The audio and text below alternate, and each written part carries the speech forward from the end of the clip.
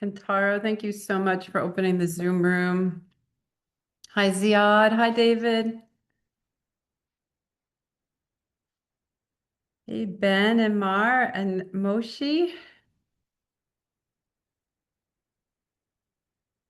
Hey, Kantaro, you might want to make a bunch of these people unmutable right now because I think a lot of them will probably want to say something before we begin. We've got, you know, another 6 minutes or so. Sure, I can enable unmuting. Cool. For everybody, fantastic. Thank you. And then we'll shift back to that at about 9 o'clock our time. Hey, Roger. Hi, Charisma. Charisma, I think, is in Bangladesh right now, so she may get the award for being farthest away. No, I think there probably will be Pat will be probably joining from Korea. That's even later in the evening there. Yeah. I think Fred is in Florida, so he's pretty close. David, it's early your time in California. So very sorry about that. We just wanted to make sure people in China and maybe even Japan could tune in. Hi, Sergio. Hello. So Sergio will be saying a few words. Fred, if there's time, we'll get you in there. Charisma's been instrumental in putting this together. Yeah. Everybody has done well. And Sergio, we're going to need a higher volume from you somehow. So maybe get closer to the microphone. I'm not sure. Hi, Srini, you're going to be speaking too. All right. Hi, Kara. How are you? I'm What good, about thank there? you. Hi, Fred. Say, What about there, Kara? Oh, that's fantastic. Yeah. Yeah. And I've lost my voice partially. Amanda's also speaking today. Thank you, Amanda. And we have one of Hani's brothers with us, one of Millie's brothers, I believe. And we will be having both of Hani's sons here today. So everybody on your best behavior.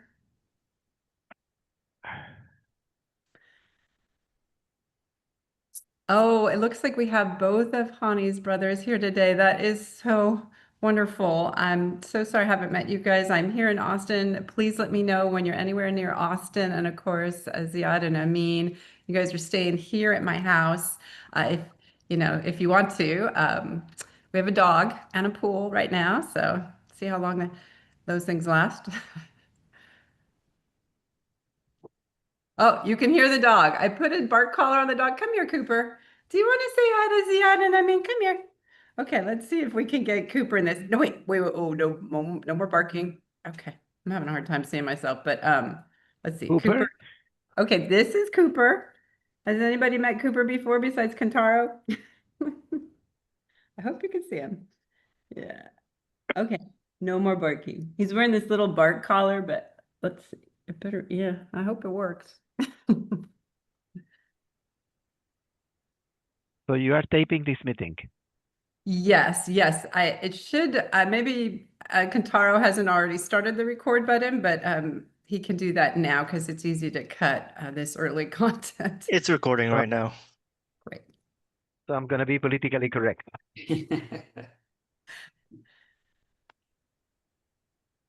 Yeah, and Mar and Galeb, if you'd like to unmute and say anything before we begin, please do.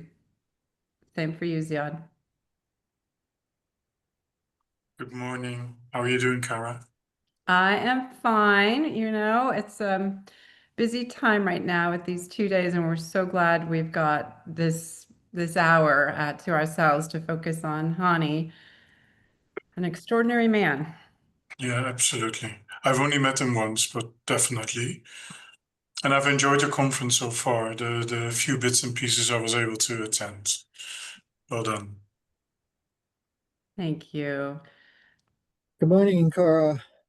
Eric, my co-host, calling in from Toronto here. It looks like you and I are both at home. Is that right? That's right. That's right. Yeah. I'll be shifting to my office after Moshe's keynote, and so I'll be here for 2 hours, and hopefully Cooper won't bark too much. Eric, do you have a couple dogs there? Sorry, what? Do you have a couple dogs at your house? No, we are not, well, particularly my wife, are not dog people, not animal people. So, uh, How can that be? Oh my goodness. Okay. Which is why Well, I visited you with not being afraid, Eric. sorry. Which is why I visited you with confidence. Oh, No good. dogs. Confidence. Okay. Yes. Yeah. No dogs. you know, the Toronto and Austin dogs are nothing like the Santiago dogs. When I lived in Ecuador, I came home so scared of dogs that I couldn't walk near one for a couple of years. But I stopped biking because of dogs. yeah, that is very scary. Sorry to hear that. So mode choice in Santiago affected by the presence of small animals.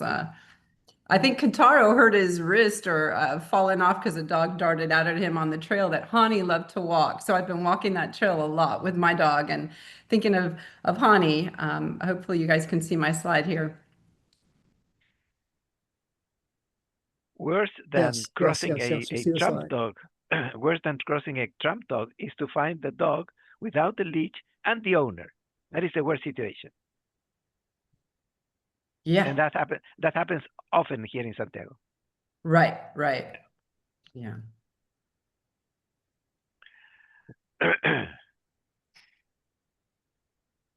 Okay, I'm going to give it a couple more minutes. Katara, let me know if I'm sharing my whole screen. I just meant to be sharing that. Yeah, I think I'm just sharing the PowerPoint. That's great because I am cycling around here a little bit. Um, The picture of Hani talking is great. yeah, and let's see, I have this one as well. So this is our speaker lineup in case any of you is forgotten, as I have the full lineup here. Eric's going to be introducing each one in turn, or just handing over the mic basically. And we have a video towards the end that Miad, who's a recent student of Hani's, who just, I think, may have been awarded tenure recently at the University of New South Wales in Sydney, has compiled for us on the other side of the world with submissions from many of us. I'll be looking at the chat box during that time to grab a few items. And then if there's any more time before Amin steps in, we'll call on, I guess, maybe Fred. And if there's somebody else that, maybe one of the brothers or anybody else who wants to message me, independently in the chat box or to everyone, just let me know. If we have time, we'll do that before we step into the next room. Oh, Charlotte is one of the speakers. Kara, Yes, sir. I noticed that Kumre Sinha is on the call as well. So Aw. I think that'll be an appropriate, Yeah, well, I think I'll leave it up to Eric. But Kumaris was Hani's advisor at Purdue for his master's degree, where he got to meet Fred Mannering. And then, of course, Srini taught at Purdue and now teaches at Georgia Tech. So we're all one big family, one incestuous family here in the United States. But we do have our Chile representative and, of course, we have, these names come from all over the world. Hani, of course, was one of our greatest imports to the United States. Thank goodness for immigration, but that was when Beirut was under siege, and so we were very, very lucky that he landed in Houston for a year or two before heading up to Indiana, I believe, for Purdue. So Eric, I'm going to leave this in your capable hands. And if all of you could please mute, except for Eric, or maybe Katara will do the full mute. And I'm going to take a look at, I guess I do need to take a look at my notes. Forgive me.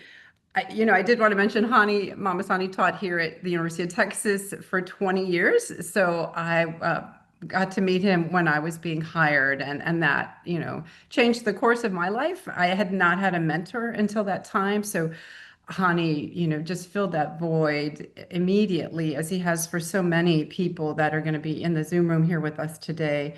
And then Millie was a fabulous friend to us as well. And over time, later in life, I got to know Amin and Ziad well, and just a fantastic family. He was a member, of course, of the National Academy of Engineering, which is phenomenal. It's really the highest honor here in the United States, but also a recent Lifetime Achievement Award winner for the International Association of Travel Behavior Research, whose conference he sponsored right before he hired me. So I had not been, but of course, I immediately became an IATBR devotee. And Eric is also another Lifetime Award Achievement winner, same with Moshe and probably others in the room. And so Eric's going to be leading you through this series of speakers after delivering some remarks himself. Thank you, Eric. Okay, well, thank you, Cara. So I will jump in, and good morning, everyone, and thank you for joining this celebration of life for Hani. I'm Eric Miller from the University of Toronto, and I will be moderating this session. And I do want to thank Cara and her team for making space within the BTR conference program at the last minute, so we could hold this IATBR sponsored event, which I'm sure will be only the first of many tributes to Hani going forward. We do have a jam-packed session. We undoubtedly could have filled the entire morning with people wanting to speak about what Hani meant to them.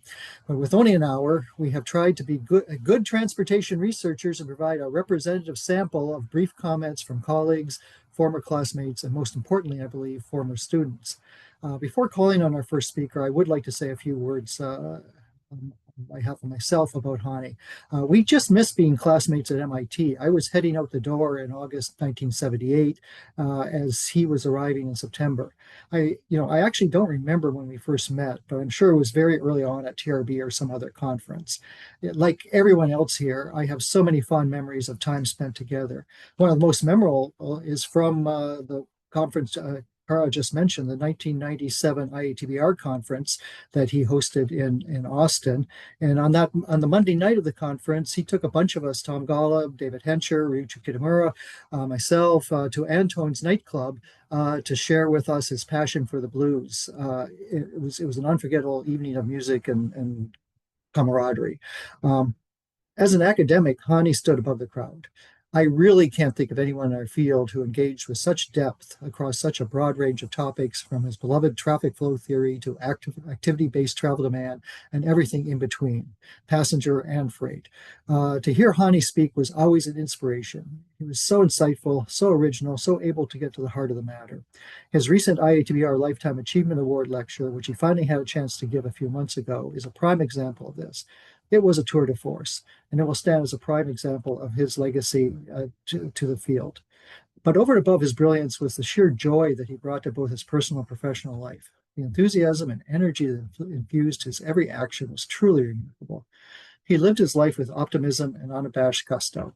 In the video that we will be showing soon, look at the pictures of Hani. He is always smiling, always with a twinkle in his eye, and always thoroughly engaged in the moment, whatever it happens to be. The American poet E. Cummings wrote of the delectable mountains he had encountered, people who stood out through the sheer force of their personality and capacity for life. Hani is one of my delectable mountains. But enough from me. Let's get on with the show. Our first speaker for the morning is Professor Srini Pita from Georgia Tech. Srini, over to you. Thank you, Eric.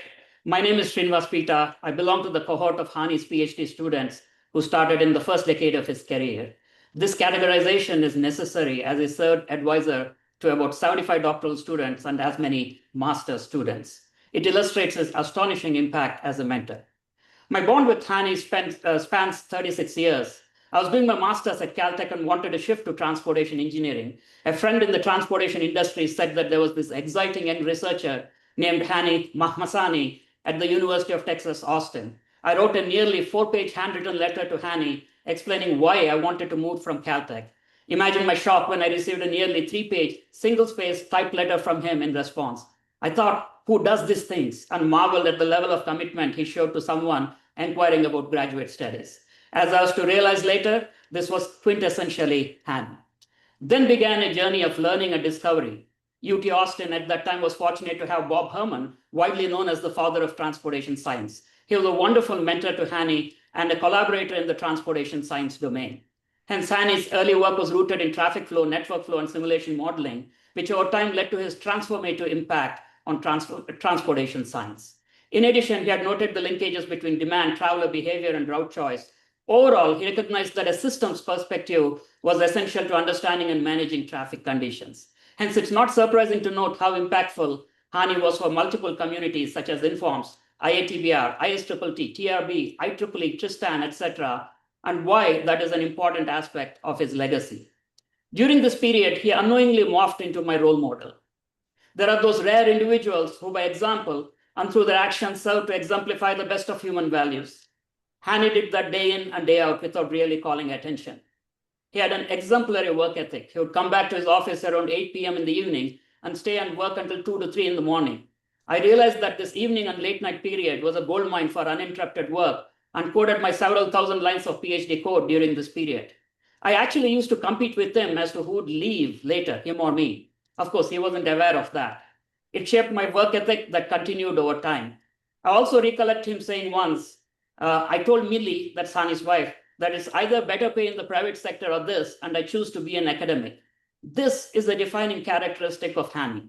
He enjoyed his work and worked hard at it to seek excellence, and thereby became a role model for his students and mentees.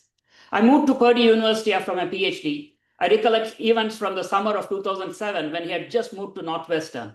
One day I had a message in my office phone. It was Hani saying that he had driven to Purdue to meet me, Kumres, and Fred. That's about 3 hours from Evanston. I called him immediately after getting the message and told him I was available right away. However, he had zipped halfway back to Evanston by then and said, well, next time. I remember this ad, which is the Energizer Bunny ad, which is well known in the US, which keeps going and going and going. Hani had that incredible energy that was infectious. Further, he would love to drive and would rent a vehicle at any conference he went to. Over the years, I would mostly meet Hani at conferences.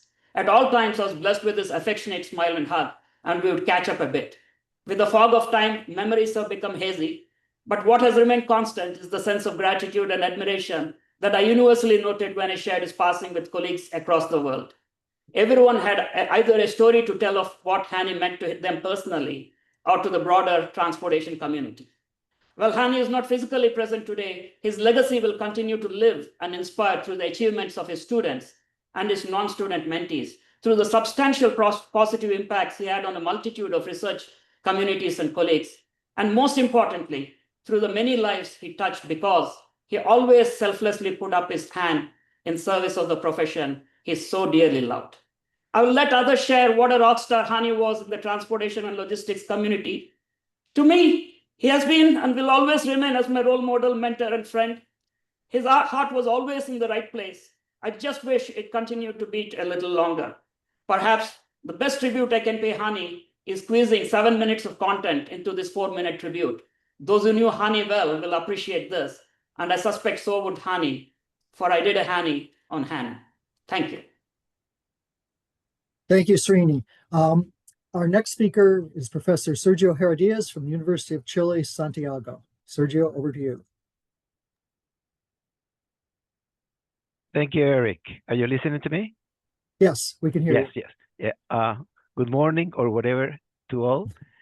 I believe that we have lost a champion of transportation research, but I have lost a friend that was a generous human being in every meaning of the word. I met Hani in 1978 when we both joined the PhD program in transportation at MIT. After graduation, my family and I returned to Chile while he stayed in the States, beginning his academic career at Texas Austin, a city that he enjoyed deeply until the last minute. We met again in 1992 at the Pan American Conference in Caracas. Hani was carrying 2 cassettes. One was the Unplugged of his hero, Eric Clapton, and the other was George Harrison's concert in Japan. He generously asked me to choose one. While catching up, Hani told me that he had married Millie, the girlfriend my wife and I had met during the MIT days. I told him that we remember her very well because, and part of my political incorrectness here, she was very good looking. So he calls Millie in Austin, tells her of our encounter, and of my memories of her, and then turns to me and tells me she wants you to have both tapes, which I still have. I still believe that music, academy, and families became important pillars of our relationship, our friendship during the next 33 years. During the 90s, I was frequently invited to UT Austin to offer seminars and courses. During those visits, Hani took me to many bars and joints where we saw and heard outstanding local musicians playing blues, jazz, folk, rock. That music is now part of my collection and has been played on my radio show frequently. I brought some of our own music to his home, as well as the sports shirts of the most popular Chilean soccer teams, Colo Colo and Universidad de Chile. I have a picture of Amin and Siad wearing them, which I actually submitted. This interaction continued after the Mahmassanis moved to Maryland first and Evanston later. Hani's hospitality and care extended to our sons and daughters-in-law when they attended Northwestern as graduate students or visiting scholars.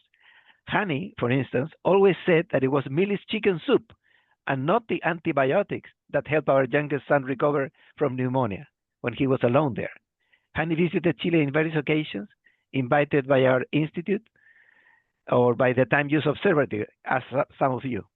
So here, there, and everywhere, we share the joy and the difficulties faced by our families, including the sad departure of Millie in 2018. His gigantic experience mentoring students, reporting his research, or as editor of important journals, made Hani an important reference for me in the discussion of all types of academic topics, no matter how complicated they could be. He was always willing to contribute his experience with depth, honesty, and dedication. This dimension of his generosity made me write 18 years ago in the prologue of my book on transport economic theory that, and here I quote, many dear colleagues around the world, perhaps too many to mention, have contributed in different ways with their time and care to keep academic interaction alive and pleasurable. I want to explicitly acknowledge Hani Mahmassani. End of the quote. During the last week of June this year, I had the pleasure of enjoying his company during the ITEA conference at Northwestern. Our conversations on the humane, the divine, and daily life were always around a good dinner table, always in good company, or by ourselves, or having coffee at his place in Elmwood Street. It never crossed my mind that those conversations were going to be the last ones. We are going to miss him, and I am missing him already very, very, very much. Thank you. Great. Thank you. Thank you so much, Sergio. Our next speaker is Professor Amanda Stathopoulos from Northwestern University. Over to you, Amanda. Thank you. Good morning. I'm Amanda Stathopoulos, and I had the privilege of working with Hani as a fellow faculty member for the last 11 years at Northwestern. We weren't just colleagues, and we weren't exactly just friends. At the Transportation Center, Hani really brought together staff, faculty, and students into what I would think of as a work family. A work family that's built on shared purpose, long hours, navigating disagreements, and building trust from facing challenges day after day. When I first met Hani, I will admit I was very intimidated. He carried himself with huge confidence. He wore impeccable suits. His reputation preceded him. And so when I visited for my assistant professor interview and he took me for dinner, I was quite nervous. But then I was struck by how gentle and gracious he was. I recall he ordered a martini before dinner, and I think I was thinking that was so sophisticated, and I was completely disarmed. The next day, in a more formal setting, the kindness remained, but he was a lot more pointed and asked tough questions like, what is really new about your research? And I remember thinking that he had really high standards and he liked a challenge and to challenge people and himself. As time passed, my admiration replaced intimidation, and I could really see how passionate he was about research. He would really bounce with excitement when we were discussing new modeling ideas or brainstorming projects. He was always meticulous, strong-willed, and tireless. He always went back and tried to refine and improve ideas, models, surveys. We worked together more closely, and I began to see what was really extraordinary about Hani. I felt like he was operating on a different plane with a wider vista than most of us. He read business journals with the same ease as academic papers. He interpreted political winds, world events. He paid attention and maintained a vast global network of colleagues and former students. He was just remarkably attuned to the world around him. He brought it into his work, and he paid attention to what was happening in our community as well. I felt like he was a brilliant strategist. He was always thinking several steps ahead, always seeing the bigger picture. Working alongside him, it was really like being part of a bigger conversation. It spanned discipline, it exited academic borders, and it's transgressed time. Hani worked very hard. I think there's no doubt about that. We just heard from Shrina. But he also believed in living fully. He valued relationships, spiritual discussions, good meals. They were essential. He took real joy in hosting people and taking folks out for dinner during conferences. He had to pick the perfect restaurant with care and style. It wasn't about logistics. It was really about making people feel valued, noticing what was important to them, and making them feel part of something special. I think it goes without saying that he was a brilliant scholar and strategist. He was always thinking several steps ahead, but he made space for celebration, for kindness and humanity. Conversations with Hani were never just about work. We all in the whole community turned to him for guidance on hard job decision, editorial dilemmas, personal challenges.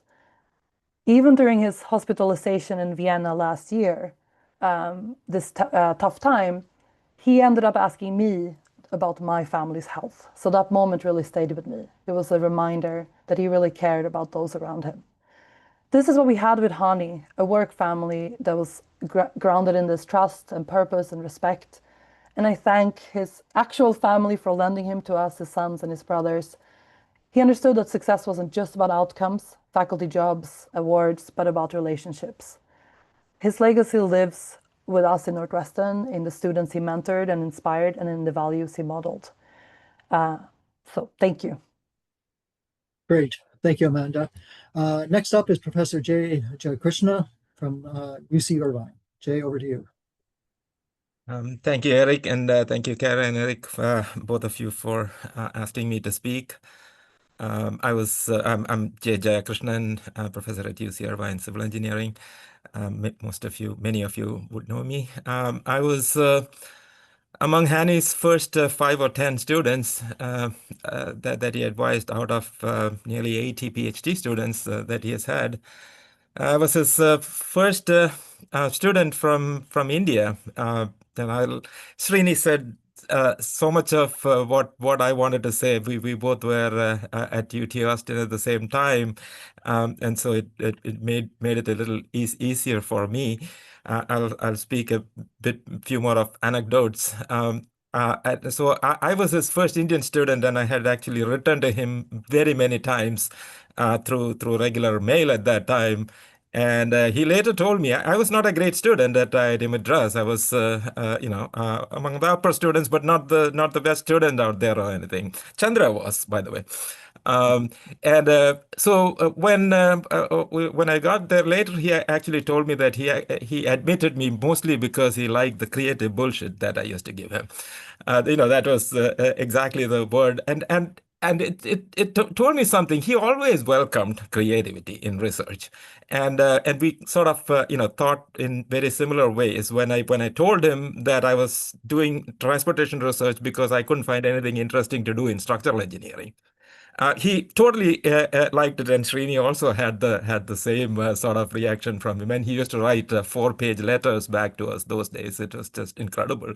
That care that he had towards his students and towards the process of advising students was incredible. And we always worked with the same sort of mental wavelength on transportation research too. Whether it was bounded rationality in route choice or forward backward effects of density in mesoscopic traffic models. It didn't matter. We seem to think all the time, in similar ways, and this idea that you have to encourage creativity in students as an advisor was something that I really learned from him, and I've ever since I have continued that with my students also, and I sent my daughter, as Chandra was just writing in the chat, my own daughter as as a PhD student of Hani's. Unfortunately, she couldn't defend before he left. She's close to it.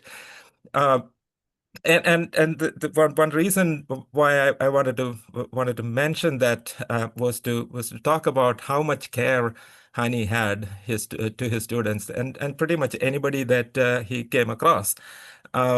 Just like all of you, I miss him. I miss him badly. He was a father figure for me. I was 22 years old when I went to Texas. I'm 40 years later. I have lost my father figure. That's the feeling that I have. My real father passed away 5 years ago, and the second father passed last month. I miss him. He used to love coming to Newport Beach. So did Millie, right next to Irvine. He visited us. He was a great friend of UC Irvine and used to visit us so many times and had so many lunches with him. And I still owe him $3,000, $5,000 for all the lunches and dinners that I kept telling him next time, and he just would not let me pay. And after a while, I stopped asking. And whenever he called me to go out and eat, I'll just go and eat with him. He just enjoyed doing that. And all of you would know of all the times that he had all of us join him for dinner. Again, and those are all the comments that I have. Thank you for doing this and for joining together to commemorate somebody great that we lost. Thank you. Great. Thank you so much, Jay. So we've heard from a couple of Hani's early students. Our next speaker is one of his much more recent students, Charlotte Whitehead Frey, who's transportation manager for Teton County in Wyoming. So over to you, Charlotte. Thank you, Eric. Good morning or good day, everyone. I was Hani's student from 2010 until 2015. And I'd also have to acknowledge Michael Hyland and Andreas Frey, as I believe they share the sentiments that I'm honored to vocalize today. How do you summarize the impact of someone so formative as Hani? I imagine Hani would have a thoughtful equation for it, or we could point to his publishing impact factor, but his impact is truly immeasurable. Hani had scores of students and colleagues, and if each of us only performed 20 projects, then there are thousands of people and thousands of projects around the world that have been touched by his ideas, his teaching, and his perspective. His presence made us sit up a little taller. You knew you were in the presence of someone operating on a higher cognitive plane, just like Amanda mentioned. Hani had the ability to intuit relationships between traffic flow and human behavior, between design and performance, between what we study and how we live. His brilliance was a floodlight into every corner of transportation. And he shared that brilliant light with his students and collaborators. And he always invited us to bring our passion to the problems that we selected. He pushed us. He believed our work mattered. And his belief in transportation as a force for good, for safety, for commerce, for community, was a steady motivator. We sat on the edges of our seats for his keynote presentations, as well as for routine research meetings. He wove together theory and practice, operations and behavior, inputs and outputs, turning a kaleidoscope of variables into profound insights. He made sense of complexity and seemed to take a special delight in the external validity of findings across geographies. I often use two words that he favored: robust and salient. And whenever I say them, I think of him. Hani taught me and all of us to look for enduring insights and universal truths. He pointed us towards the insights that shape policy, guide design, and build a better world. So when I think about how to describe his impact, I land here. It is global, it is multi-generational, and it is deeply personal. I'm profoundly grateful to have been his student and I'm humbled to share these reflections. His imprint on me, on our profession, on the canon of literature, and on every project around the world touched by his ideas is robust and salient. Thank you.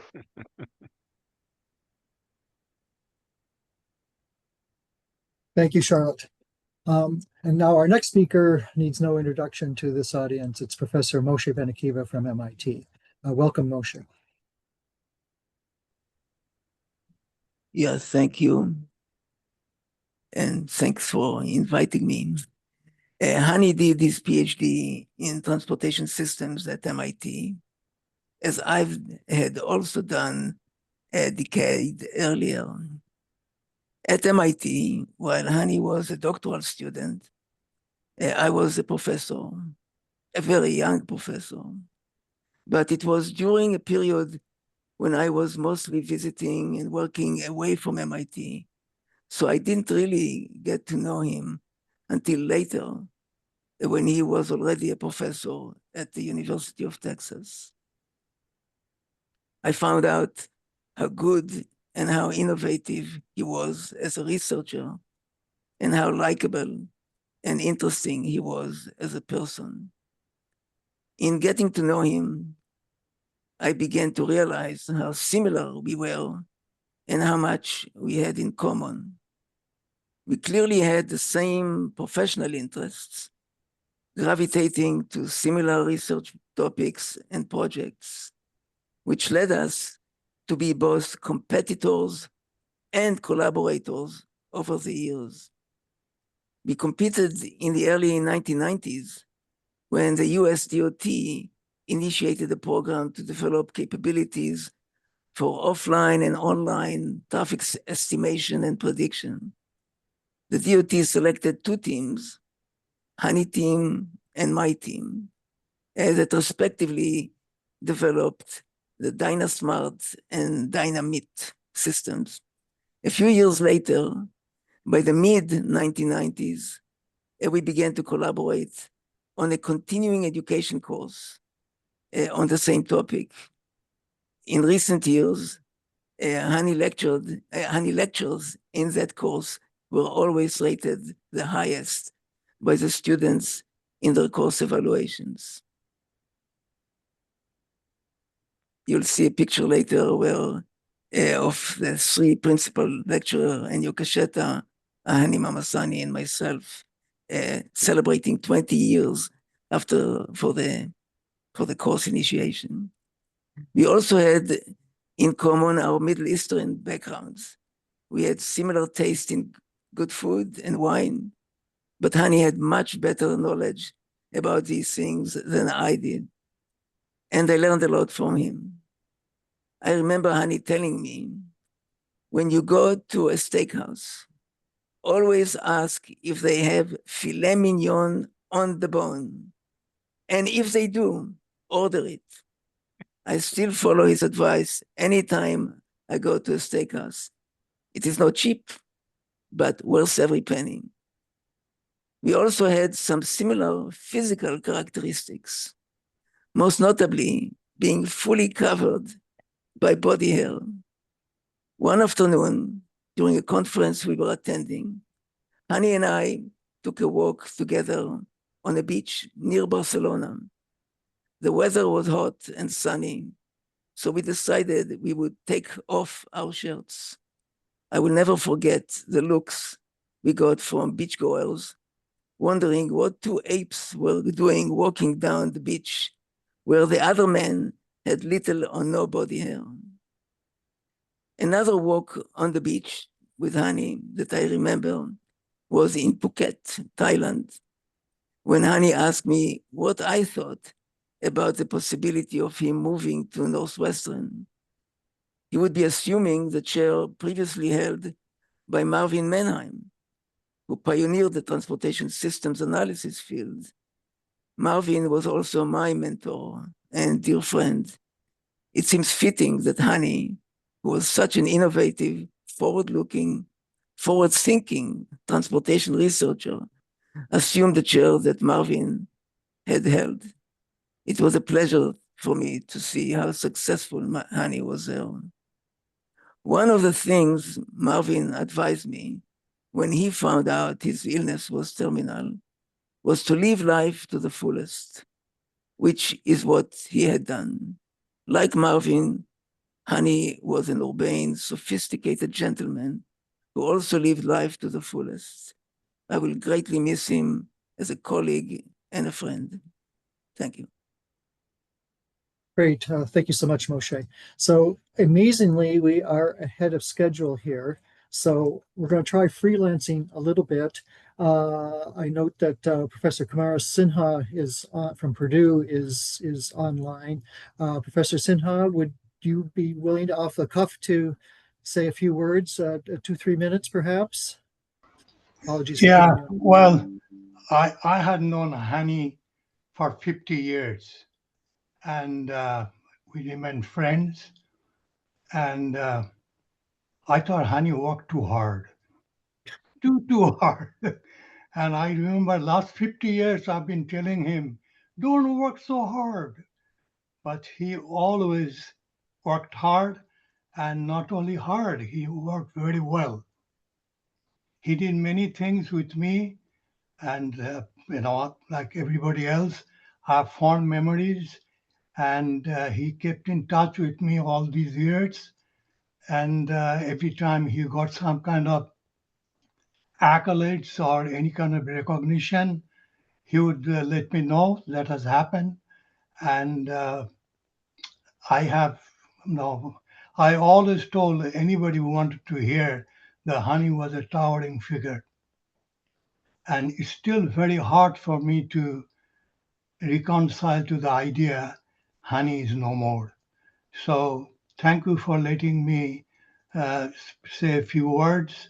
We'll not be able to replace him, but I'm glad he came to work in the transportation area. He enriched the field. He also taught many people, as we hear today. Thank you. Great. Thank you so much, Kamaris. And I see another classmate, longtime colleague, friend, Fred Mannering, on the screen. Fred, again, off the cuff, could we ask for a few comments from you, 2-3 minutes worth or so? For sure. Hani and I go way back. We were students together at Purdue and at MIT. And some of my fondest memories of Hani, he would usually at MIT, he would come in like 7 or 8 at night and work through the entire night. And I would be leaving at 7 or 8. And on my fondest memory, I would see Hani shuffling down the hall, building one with a coffee in hand, always had coffee. And we would talk for about an hour before I would leave, and then he would work through the night. So, great memories. Also, a lot of people forget, like once a semester, we would have poker games in a conference room at MIT that had Steve Lerman, Yossi Sheffi, Warren Powell, Hani, myself, and occasionally Carlos de Gonzo when he was on sabbatical. And you would think with all of those people, they would be great poker games, but we weren't very good at it. But we still had a lot of fun. The one thing I remember is from Hani and Millie's wedding at MIT is I was a student and I had a suit, but I didn't have shoes, dress shoes. So I had tennis shoes. So I wore tennis shoes to their wedding with this really nice suit, thinking who would look at my feet, right? But sure enough, Hani was one of the first to know, Fred, you got tennis shoes on. Oh, geez. But the one paper that Hani and I wrote together, which is sort of interesting, I was visiting Hani and Millie in Texas, and Amin had just been born, and Hani was looking for a car. And he mentioned he was looking at foreign and domestic cars. And he said when he looked at a foreign car, he was looking for different attributes. And when he's looking at a domestic car, he was looking for horsepower and so on. And the only paper that we co-wrote together was based on that visit, which sort of showed that Hani was always thinking about, possibilities, and always thinking, and it was incredible that from that one little interaction, we put together a very nice paper. Now, the final thing I'll mention is everyone has noted Hani's, or at least Sergio has, Hani had a passion for music, right? And again, whenever we met, we would go out to see various venues and stuff. And we always played guitar together. Now, Hani, very traditional blues guitars. Me being, as you can see in the background, a heavy metal guitar. So I had all of these exotic guitars. And I usually play classical scales and excessive distortion, blah, blah, blah. So Hani and I would be playing. You can imagine what that sounded like, a traditional blues player and a heavy metal. But eventually I started doing the blues scale and we had a great time. Now, we think everybody processes grief in a different way. I think for me, it's going to take years for me to fully digest that Hani is gone. But he was such a dear friend for so many years. He'll be sorely missed. Great. Thank you so much, Fred. And I would agree completely. I think it's going to take us all a very, very long time to process things. So that's the end of our colleagues, friends, brief talks. We now have a video that has been pulled together that will play for I think it runs for about 8 minutes or so. And Eric Clapton features prominently in this video as well. So Quintero, can you launch the video, please?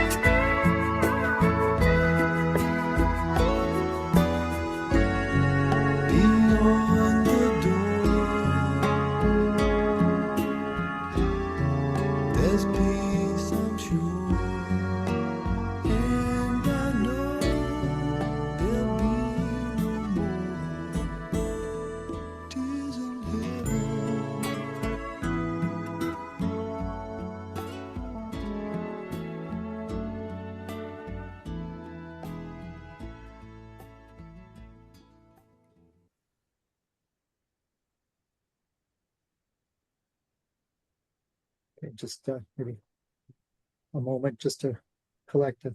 Very moving.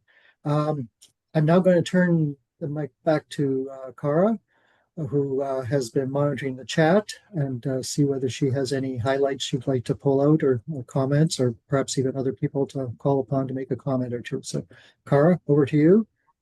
Sure.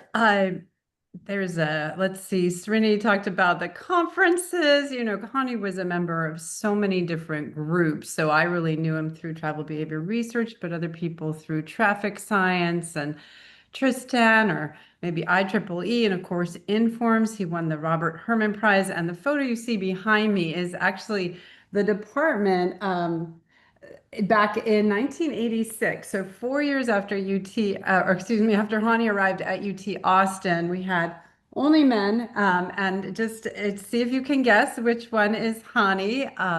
From the way I look at this photo, it would be the lower right, straight on, but I'm looking at the chat box right now, so I'm not really sure how it's going to appear on yours. Sometimes they flip it. Chandra mentioned that, Hani would strike the right note, the right tone, and the perfect mix of empathy and comfort. And he always used to wonder how good Hani would be in French, because Hani would constantly say that he was way better in French than in English, which is so funny to me, but it must have been his first language there in Beirut. And of course, there will be other events of this nature in person. There may be something at Northwestern, just like they had a ceremony for Millie Mahmassani in the chapel there at Northwestern. There will probably be something on site because of all the students and others there who've been working with him every day.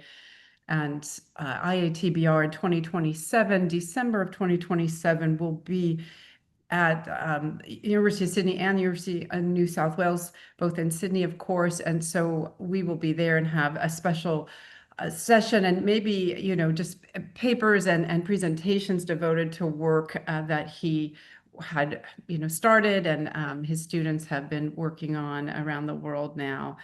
Brett Johnson at Northwestern saying that the service may be in October. And of course, there will be an annual TRB reception, which all of our Canadian friends may be boycotting, but we would love to see whoever does show up in Washington, D.C. this year. We would love to have you there. And yes, our apologies for the crazy politics going on.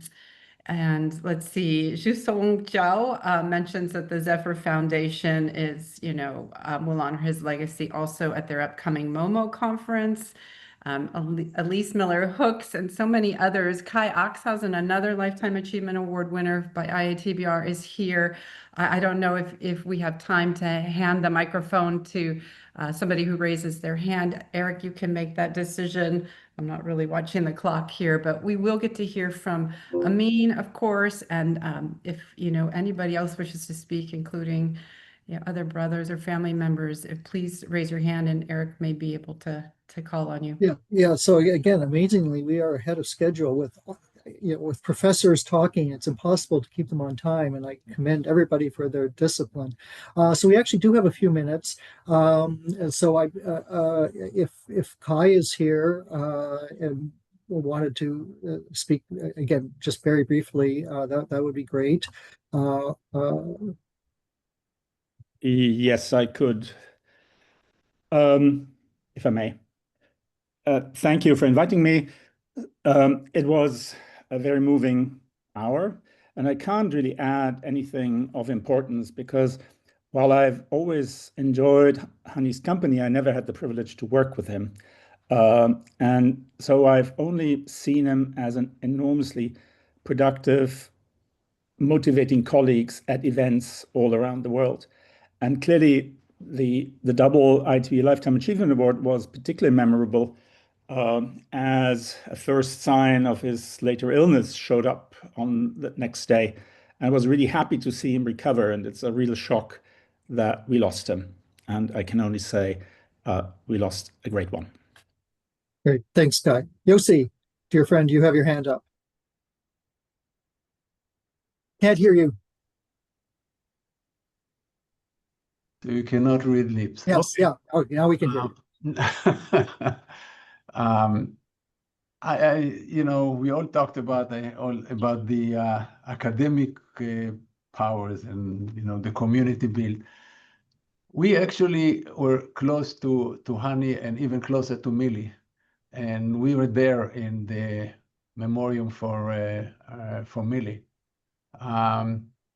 in Northwestern University. And at that point, it was a shock to see Amin and Ziad that become men, really, because we remember some of them as babies. However, I have to correct Fred Mannering on one thing. I have two enduring memories of my personal interaction with Hani. One of them is that to his own wedding, he also wore sneakers with his suit, and we have picture to show for it. So that's one thing. The other thing is that we spend unbelievable amount of time at MIT while he was at MIT scouring Lebanese restaurant, and Hani trying to educate Anat and me about the difference between Israeli Mid-Eastern and Lebanese Mid-Eastern, and we kept going to Mid-Eastern restaurant. It is tough to lose somebody who was your student, and you know, once that, it's just very sad. So let me stop here and thank you all thank the organizer of this event for this beautiful memorial. Great. Thank you, Yossi. Elise Miller-Hooks, you have your hand up. Thank you. I've been trying to stop crying this whole time. This is so beautiful. And I'm really not sure what I want to say, but I want to say something. Hani was my advisor in the 90s, and he was my colleague at University of Maryland. He was my very, very close friend. At times he felt like my father.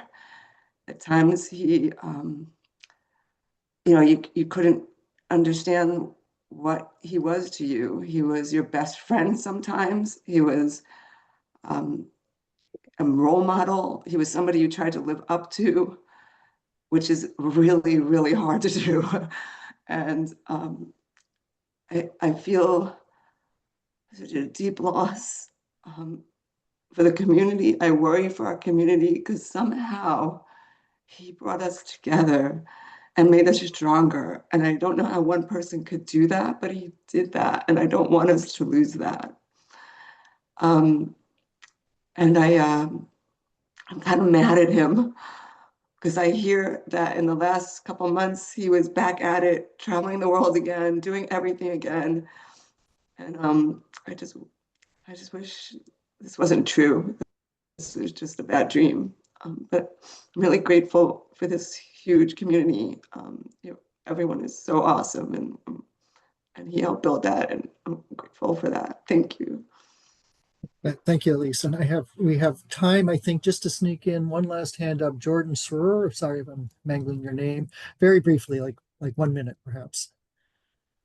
Excellent. Thank you so very much. So first, thing that I have to say is I saw my husband and we met in one of Hani's classes. So he is very much responsible for an entire family on planet Earth, and we are very grateful for that.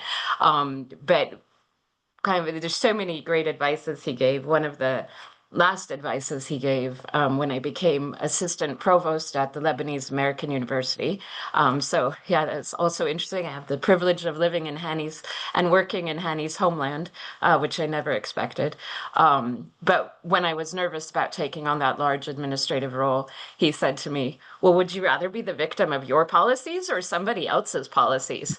And then he paused and he said, actually, that's the advice Millie gave me once. So that's really what lasts with me at this moment. Thank you. Thank you all. Okay, great. Thank you. Other hands are going up, I think, in the interest of keeping on schedule, and we are looking ahead at the BTR conference for a keynote speech from Moshe. We don't want to cut into his time. So we want to give last words to the family. So Amin Mahmassani, Hani's son, Amin, have a few words for us. Sure. Thank you all so much, everyone. I feel a really strong sense of pride from all the wonderful things I've heard about my dad today. and feel grateful that my dad's life was enriched for being able to have you all in it.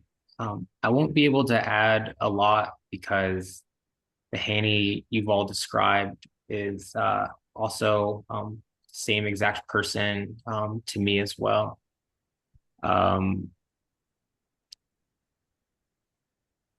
His optimism and generosity were unrivaled, and there was no greater comfort than knowing he was one phone call away from just being able to give the right words for any kind of trying situation.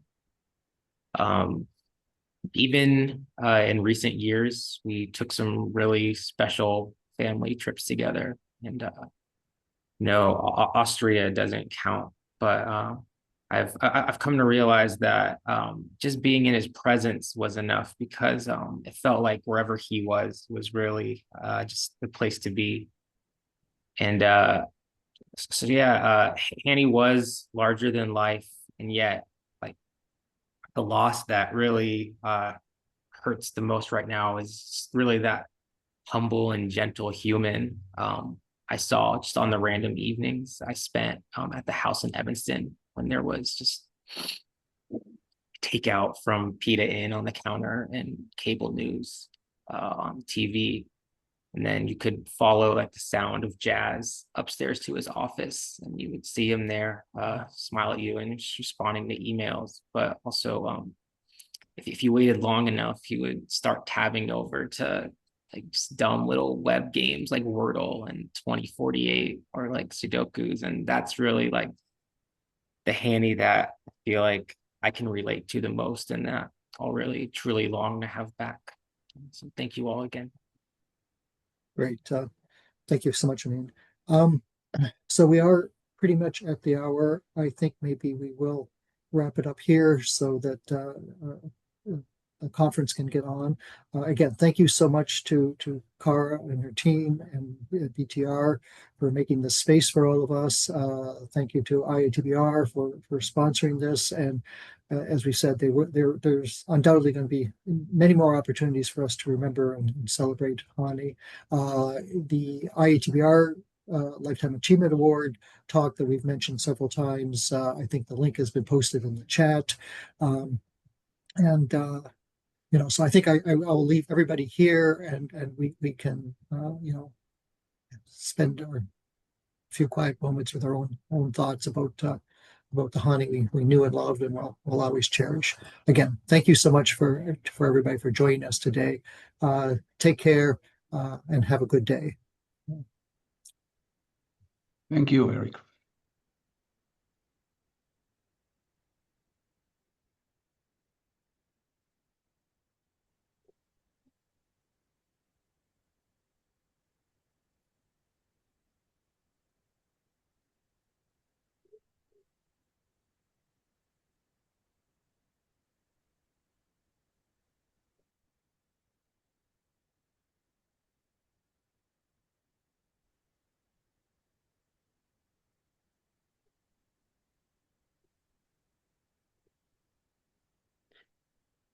I'm going to share this screen again. These are some of the doodles that Hani did in our meetings. They're just extraordinary. Not only was he a fan of music and cars and food, but also, art. And so I just, he was always multitasking, and this was one way for him to stay focused in our somewhat tedious meetings, I suppose.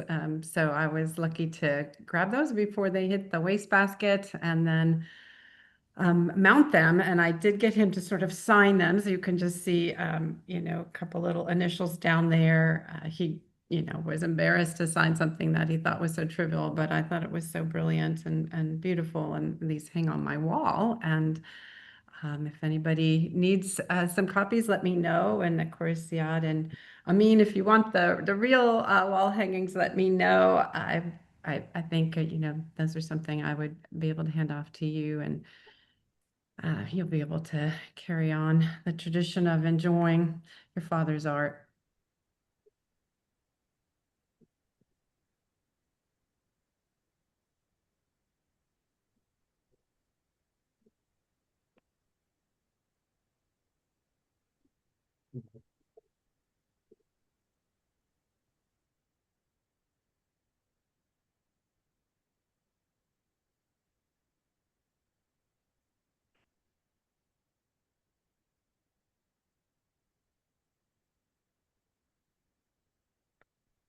We're so glad you guys enjoyed the session, and the next one will also be very special, and it's my honor to get to introduce a good friend of Hani, of course, Moshe Ben-Akiva.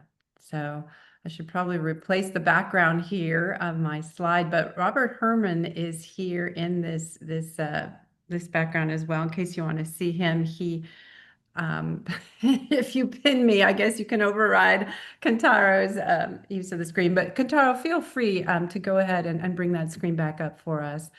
But I think, Hani was kind of picked as a successor to another amazing human, Robert Herman, and won the Informs Robert Herman Award a couple years ago, I think, thanks to a letter that Mike Hyland and Jay and some others submitted, Elise. So Moshe will be speaking about Discrete Choice. His book with Steve Lehrman from 1985 has almost 15,000 citations in published work. And he is another powerhouse. Thank goodness again for immigrants to this country. We are so privileged. And Kantaro, if you could go ahead and mute the group, or I guess remove co-hosts except from Dr. Ben-Akiva, that'd be fantastic.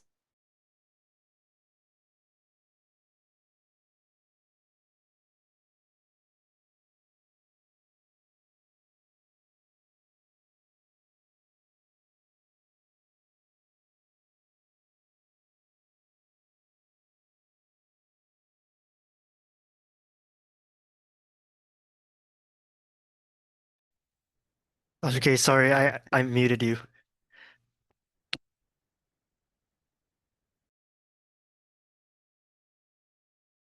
Oh, okay. So I'm the one who has to unmute it. Okay, great.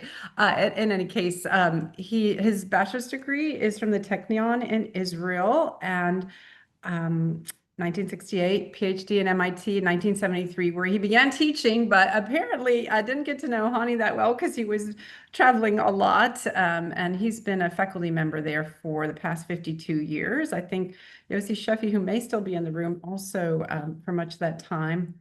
And Moshe has supervised over 50 doctoral dissertations at this point. He teaches graduate classes in discrete choice analysis, demand modeling, dynamic traffic assignment. He's been a key figure in the design and deployment of both Dynasmart and the sim mobility models.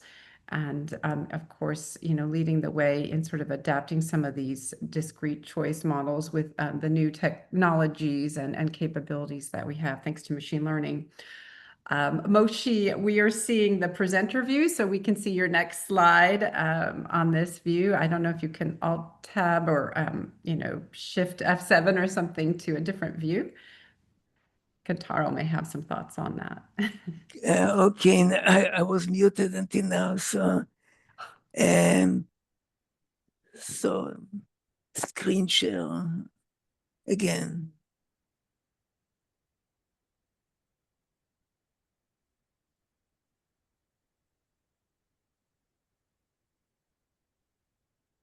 This works very well. Yeah, this looks great. Thank you, Moshe.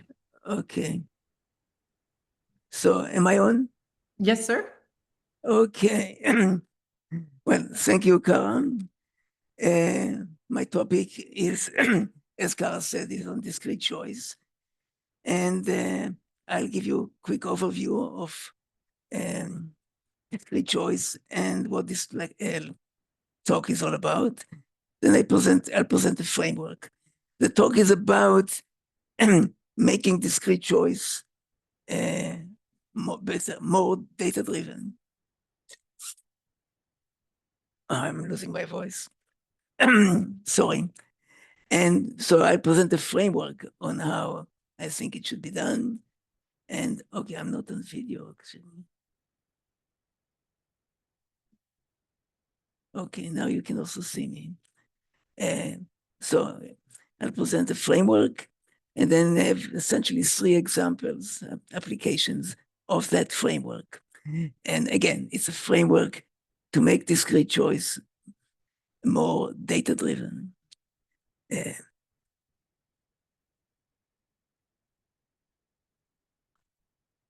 So what is discrete choice? Just in case you don't know, but and for the purpose of this lecture, I will assume that we have a set C of options or alternatives. And I think the set of alternatives is given. And travel modes, as would be a most common example. Then for each alternative, there is a latent variable that describes the attractiveness of that alternative. We'll call it a utility. It's unobserved. It's latent. And we will model it with a systematic part called V, which is a function of covariates X, mostly attributes, but also characteristic of decision maker, and a random component called epsilon. Now, V is also can be random because the theta, which are the parameter of the V, can be stochastic as well. So the utility is latent variable, and it has two kinds of stochastic effects. The latent effect, the unobserved additional added effect, epsilon, and the stochastic effect due to utility parameters or utility variables, theta. And the random utility model, the utility says that the alternative is chosen if it has the largest utility. So the dependent variable is denoted by Y, and it's yi is equal to 1. This is a choice indicator if ui is the largest among all the possible options. And then there are three parts to a choice model. One is the choice set, C. The second is the utility function. And the third one is denoted here as F of theta and epsilon, which is the probability distribution of the stochastic effects. And the theta can have all kinds of interpretation. So this distribution can take on many different forms. And in the most common one is on the next page, which is a logit model, the assumption about F that leads to a logit model. If you assume that the epsilon are IID extreme value, and the theta are not distributed, non-distributed constants, then we get a logit model.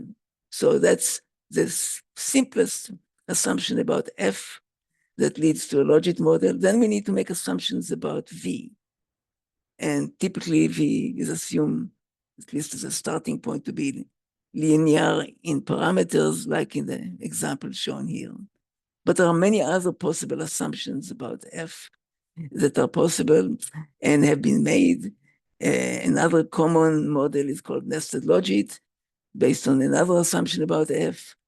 Normal logit mixture is a kind of a class of mixture models where epsilon is assumed to be IID extreme value, and then theta has a normal distribution or normal family distribution. There are all kinds of other mixed choice model or mixed logit models. And there's also, when the mixing distribution is discrete, then we get a latent class choice model. And this is in a kind of quick review of what is choice models. And so key word that I've used here is assumptions. We make assumption about V, we make assumption about F.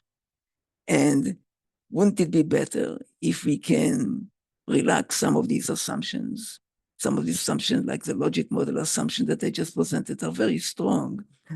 We would like to relax this assumption, and we could. And you see all the other kind of models, including the mixture models that are, we can significantly relax the logit assumption. But would it be nice if we can make this assumption, we can not make some of this assumption and make it data-driven? And that's what this talk is about. But before I talk about that, I want to talk about analysis. And so it turns out that these assumptions are not kind of simple to make because there are some requirements. We want to use a model that we use for analysis. Analysis means that the model that we develop, that we that describe human behavior need to be used to predict the impact of policy. It can be used to find an optimal solution, so try many different solutions.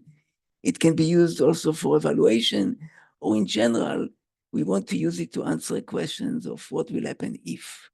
In other words, the model needs to be capable to perform counterfactual analysis, meaning it needs to predict situations that do not exist today in the data.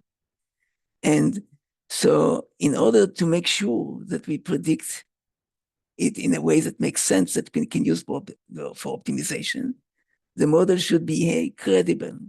In order for the model to be credible or to produce credible forecasts, then the V assumption and the F assumption need to be constrained by some theory and a priori knowledge. So that because assumptions that we make about V and assumptions that we make about F affect the characteristic of the predictions of the model. And therefore these assumptions are not sort of just data fitting. They're required to perform in a certain way, and we call it theory or a priori knowledge. So the idea of data-driven is the appeal of machine learning. And here the purpose of this slide is to show some of the dimension of why machine learning are so appealing. First, about model specification. We are making assumptions, so the model is pre-specified, often linear, often few interaction. If it's data-driven, then we can have a flexible functional form and let the data determine what's the functional form. We can, in discrete choice analysis, we do specification testing on utility functions. And in the standard analysis approach, we try alternative assumption and try against the data and select the one that performed best about the data, but it's not systematic. And model selection, we also have alternative models. And so why don't we let the data make a choice among alternative models? So the research question is how to make the V's and the F more data-driven. And so this slide, I just kind of repeat pictorially what I just said. Think about the true model being the green line. The econometric approach, or the econometric model, we are going to make assumptions, for example, assuming linearity as an example. But the model will be well behaved. It will be downward sloping. And so we can use it for analysis, but it's of course wrong. It doesn't follow exactly the green line, which is a true model.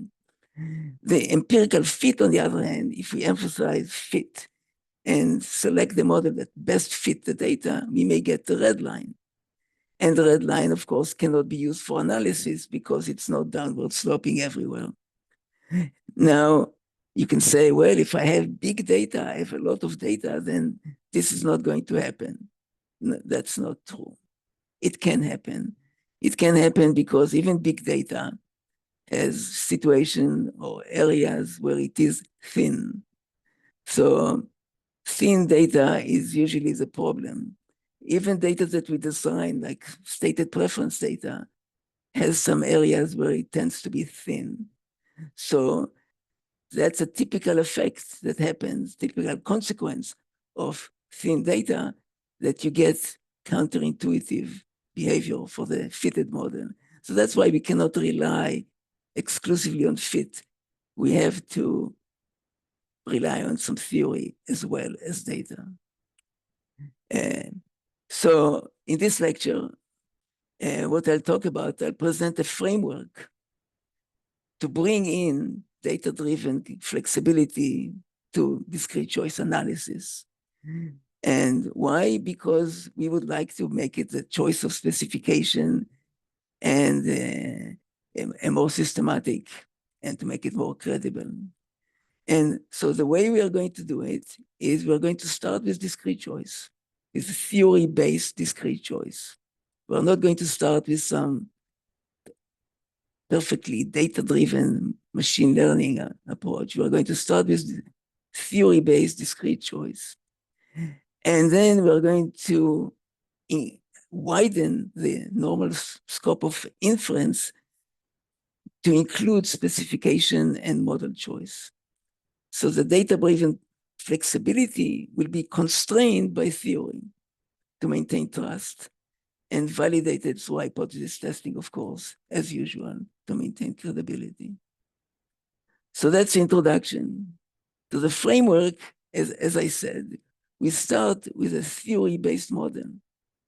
It's like the random utility maximization and all kind of other assumptions like downward sloping demand function and other kind of some assumption about substitutions, etc., and relevance or the value of time, for example, willingness to pay, and so on. Some prior assumptions that are theoretical. And then we would like to add flexibility where needed. So if we don't want to have a linear model, we can assume all kind of flexible nonlinear function. So we relax functional or distributional assumption instead of assuming that we can have all kind of flexible specification of V and F. But because we add this flexible specification, we want to ensure that the theory constraints are met. So we are going to have a constrained estimator, whatever our constrained model. The model will have some flexible function form. Like the example that I will use will be like a polynomial regression as opposed to linear. And now when we have polynomial expansion of the regression model, we want to make sure that some derivatives have the proper sign. That would be an example of a theory constraint. So constraint about behavior, assumption, shape restrictions, etc. And now the estimator that we need to apply, we refer to it here as constrained regularize. So regularization is something that you add when you make the model flexible and so that it has a very large number of parameters. So regularization is essentially adding a complexity penalty, and it's a way of avoiding overfitting. So it's not absolutely necessary, but if there is a concern about the model having too many parameters and can overfit, then adding regularization. So that's a standard approach in machine learning. But we add the theory constraint. So it's a different estimator. Our standard estimator, like maximum likelihood or least squares, are not constrained. And if we add complexity penalty, still there are no constraint, although complexity can be viewed as well as a constraint. And so we apply the constrained regularized estimator, and it can be classical, meaning maximum likelihood, but now it will be constrained maximum likelihood with or without regularization. That will be the classical. Bayesian will be Bayesian estimator. So Bayesian estimator have become popular in discrete choice, primarily for complex models that have a large number of parameters, where the classical approach that require optimization may encounter difficulties. So, once we apply such an estimator, we have to do tests as usual. But now, since we're imposing theory constraint, we definitely need to test whether the theory constraints are justified by the data. So below is in words the framework that I just described. Like suppose that we do maximum likelihood, we add a complexity penalty to the objective function, but we need to add constraint and the theory constraint. The next page is just the same in notations and more detail about the regularization. So the objective function has two kinds of decision variable, small m and theta. So theta are the parameters. M is a model.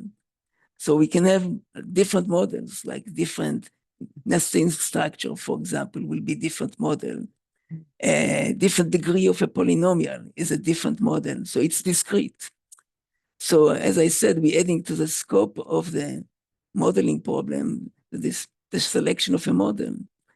So this is a discrete variable, decision variable. And then theta will be the continuous standard parameters, which are model specific. And so this is objective function. So we write a likelihood, and the likelihood will be for different models. And of course, their parameters, continuous parameter. This is a complexity penalty. So we think that the regularization for this type of problems that makes the most sense is by just a number of parameters. So K is a number of unknown parameters theta in the model. And then we have constraint. So the notation for the constraint maybe is a little bit obscure, but basically there are two kinds of constraints. There is, I'll start from the right. We have a script M. So that's a set of acceptable models, admissible models.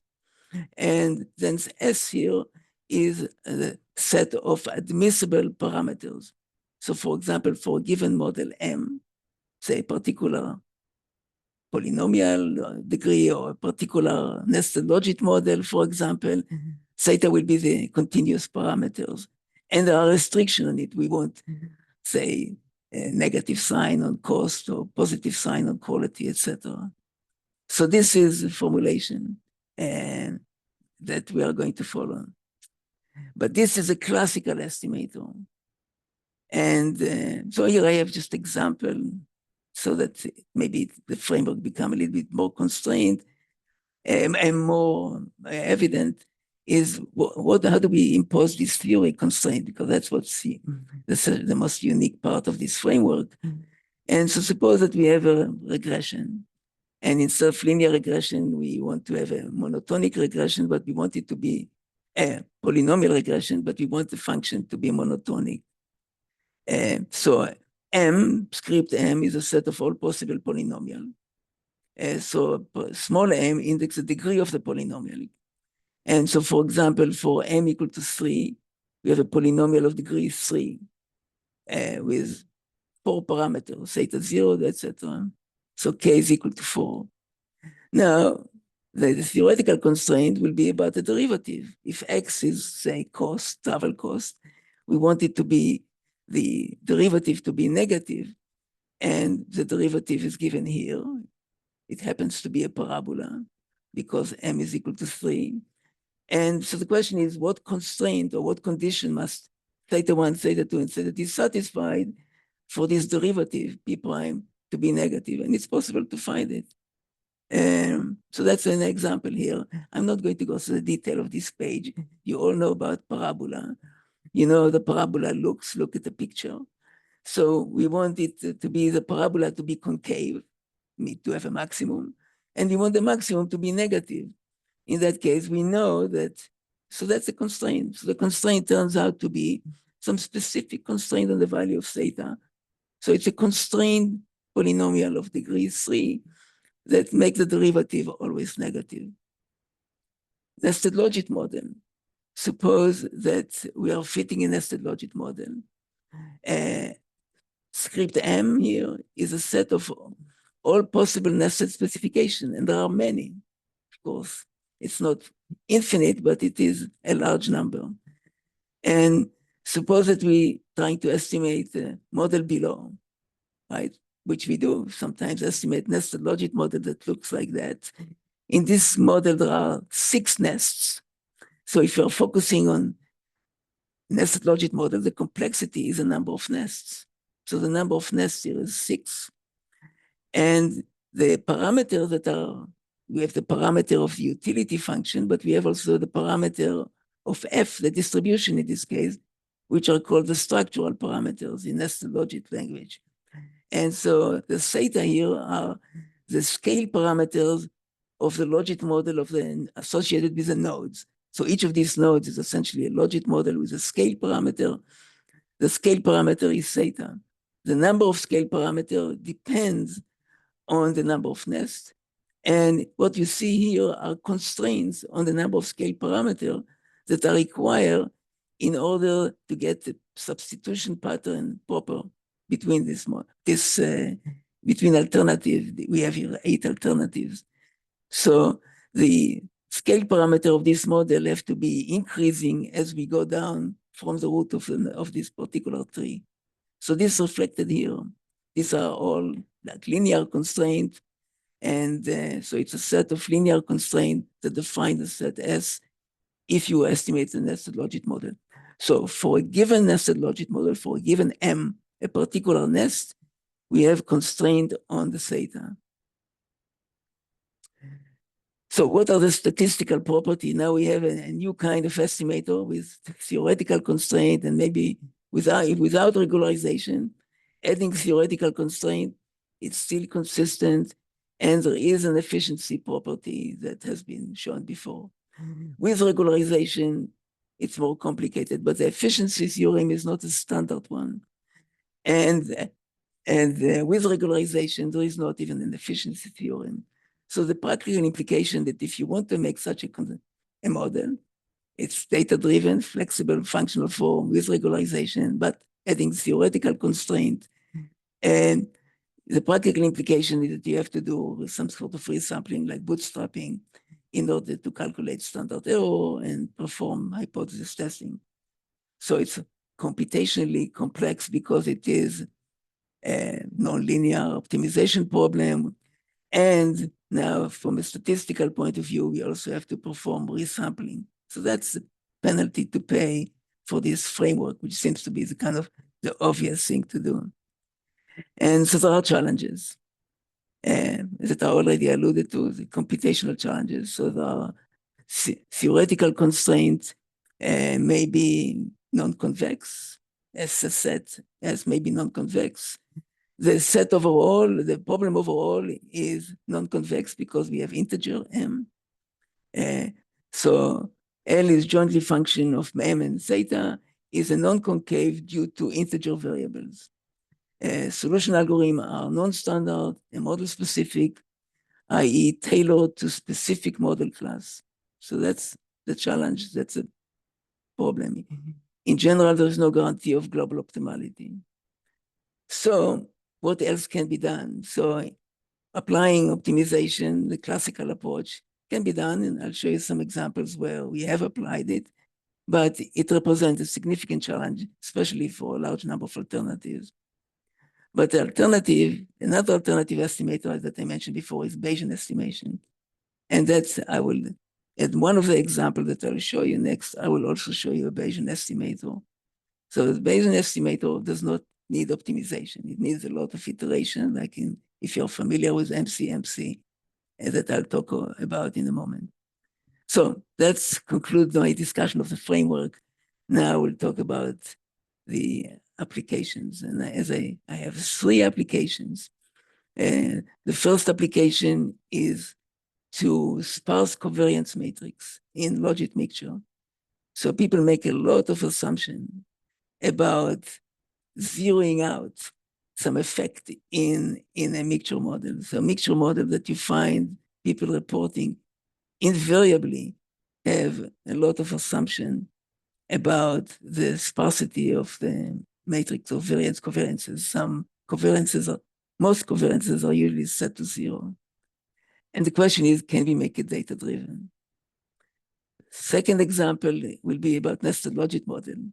Can we determine the tree structure from the data?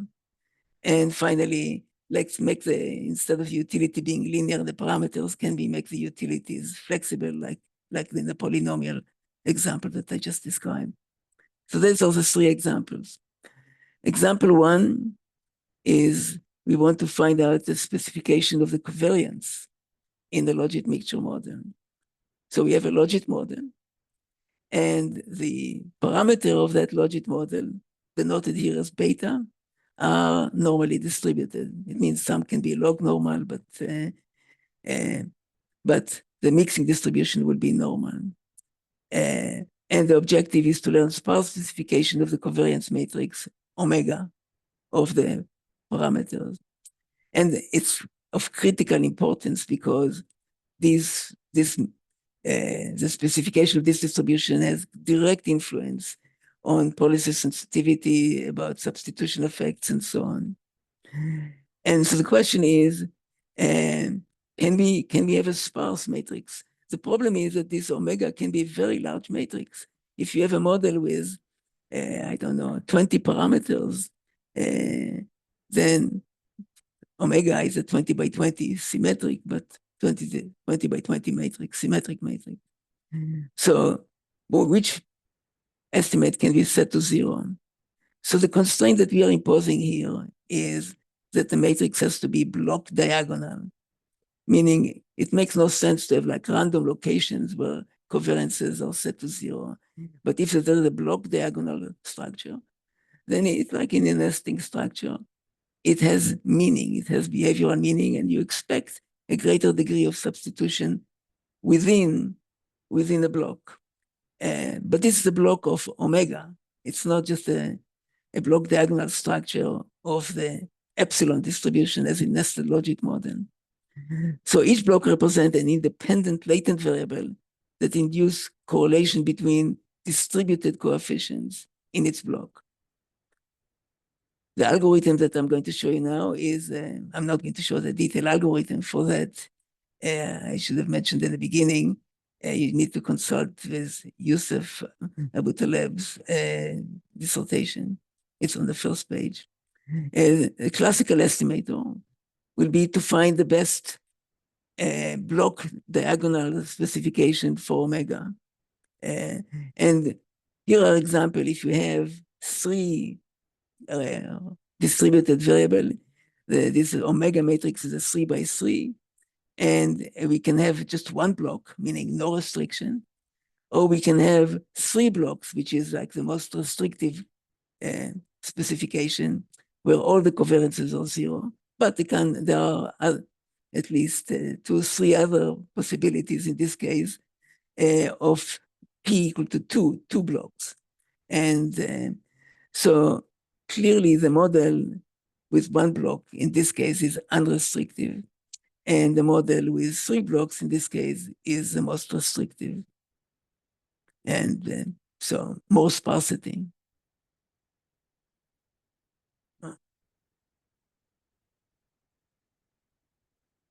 The utility specification, this example, it's the SP data that I'm going to use also for my third example. Is known as a Swiss metro. It's publicly available.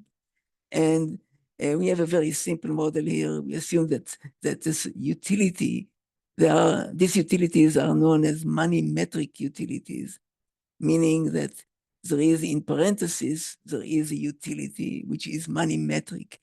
It has the parameter of travel cost equal to -1, so that now that the parameter of time, which is exponential of beta 4, is the value of time, and the exponential of beta 3 is a scale parameter. So now the beta can be normally distributed, which means that the scale is log normal, and the value of time is log normal if beta 4 is normal. So anyhow, 3 utility functions, money metric utility specification, and there are a total of 6 parameters in this model. The values of time are different by the modes, and there are alternative specific constant, and there is a scale. And we assume that all these 6 parameters can be distributed, mixture, and so it's a standard normal mixture of logit, and omega is a 6 by 6 matrix. And so we want to estimate what is omega. And so the different omegas are, in this case, we have a total, the most restrictive model, P will be equal to 6. And the unrestricted model, P will be equal to 1, meaning 1 block. And so if you look at the estimation data set, the training set, the model with 1 block, meaning unrestricted model, fits the best. So these are the likelihood, or the log likelihood. And so the log likelihood are the best for the unrestricted model. And as we make restriction on the omega matrix, we get less fit. Fit is deteriorating.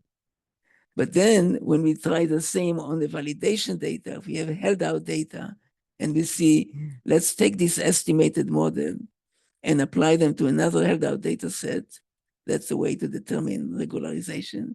We find out that P equal to 3 is the best fitting, the best predictive model of held out data. So that's the selection model, p equal to 3. Now for p equal to 3, there are all kinds of possible combinations. So the number of models that are possible in this space is very large, but some of them were rejected. And so this is the final result of omega. So this is the optimal omega. It's a classical estimator. And the constraint is that this matrix omega has to be block diagonal.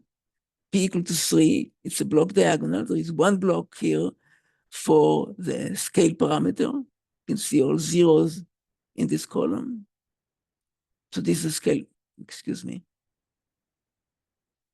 So the scale parameter is a block by itself. The alternative specific constant for car is a block by itself. And the other block are all the values of time and the Swiss metro alternative specific constant.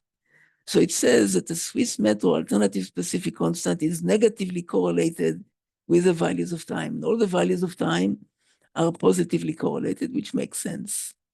And they have similar variance and are positively correlated, which this block here is the values of time. But associated with the same block is the Swiss metro constant. Why is the Swiss metro constant negatively correlated with the value of time? One possible explanation is that this is SP data. It could be a response bias, which is occurring because if you like the Swiss metro, you pay less attention to the value of time. Okay, but then we need to do hypothesis testing. We are constraining a model to be block diagonal, and we came up with an optimal specification p equal to 3, the constrained model. We want to test it against an unconstrained model, and it seems that we can easily accept the constrained model here.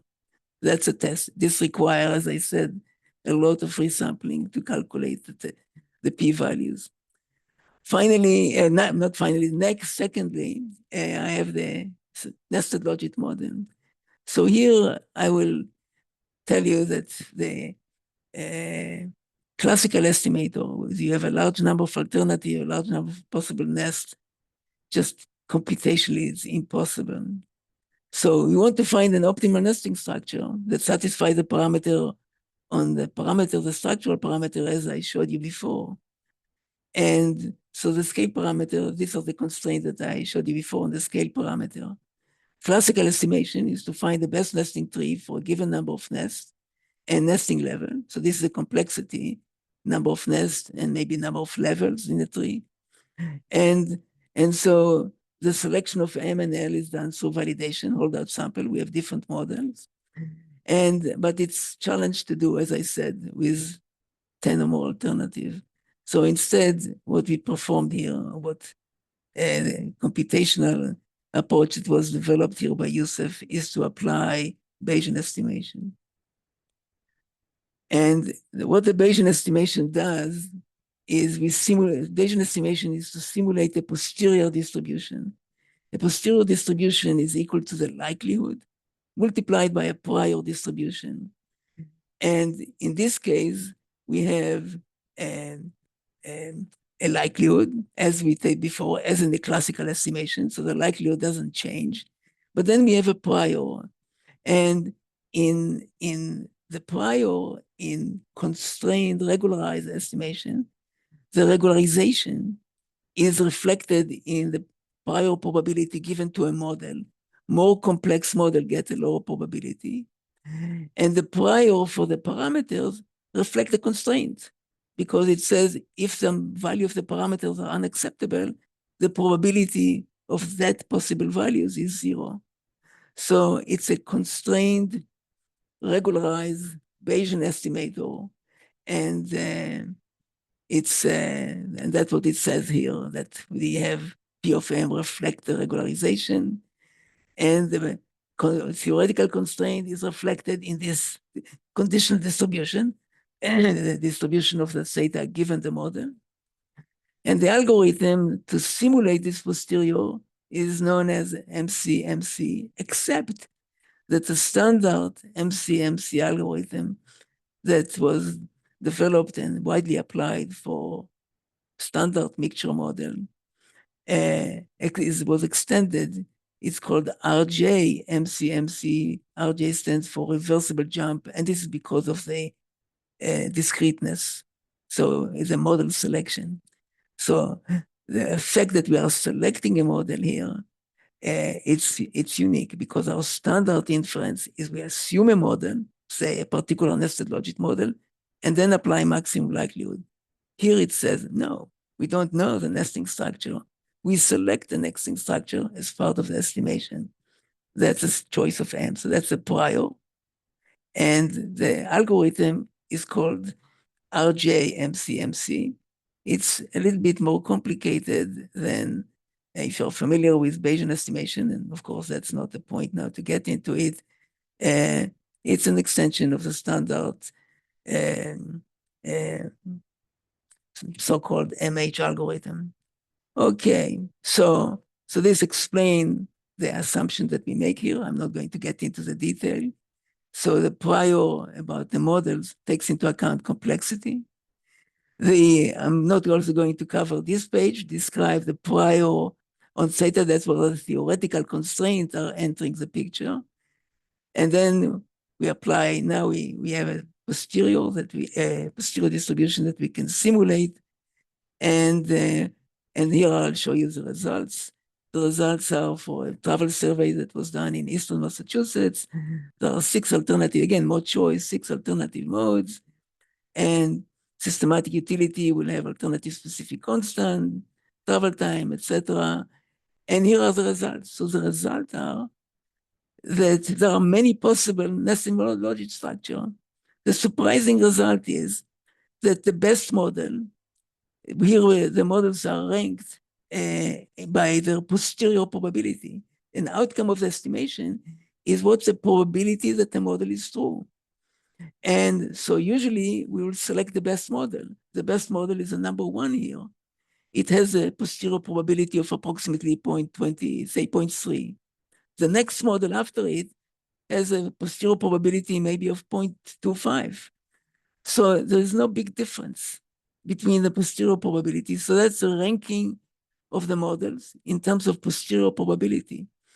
So like there are 6 possible nested logic model that has a not insignificant posterior probability. So this framework allow us, so the advantage of RJ, MC, and model selection is that it gives us the probability of the model being true. And since we are not ending up with a single model, we can now use an ensemble of models to predict. And that's what we did here.